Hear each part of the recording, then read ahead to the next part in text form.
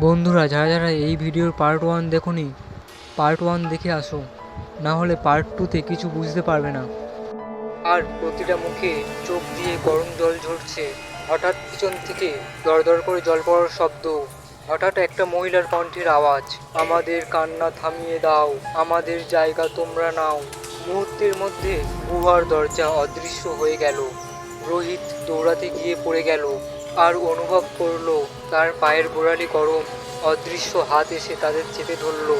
শেষবার তারা তিনজন যা বুঝলো, তাদের চোখ দিয়ে জল গড়াচ্ছে, থামছে না। আর সেই জল মাটিতে পড়া মাত্রই গুহার দেয়ালে তিনটি নতুন মুখ ফুটে উঠেছে, চিরতরে কাঁদতে থাকে।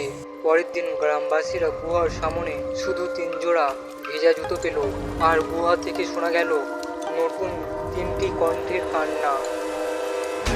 আরও গল্প শোনার জন্য ভয়ের অন্ধকার চ্যানেলটিকে সাবস্ক্রাইব করে রাখুন।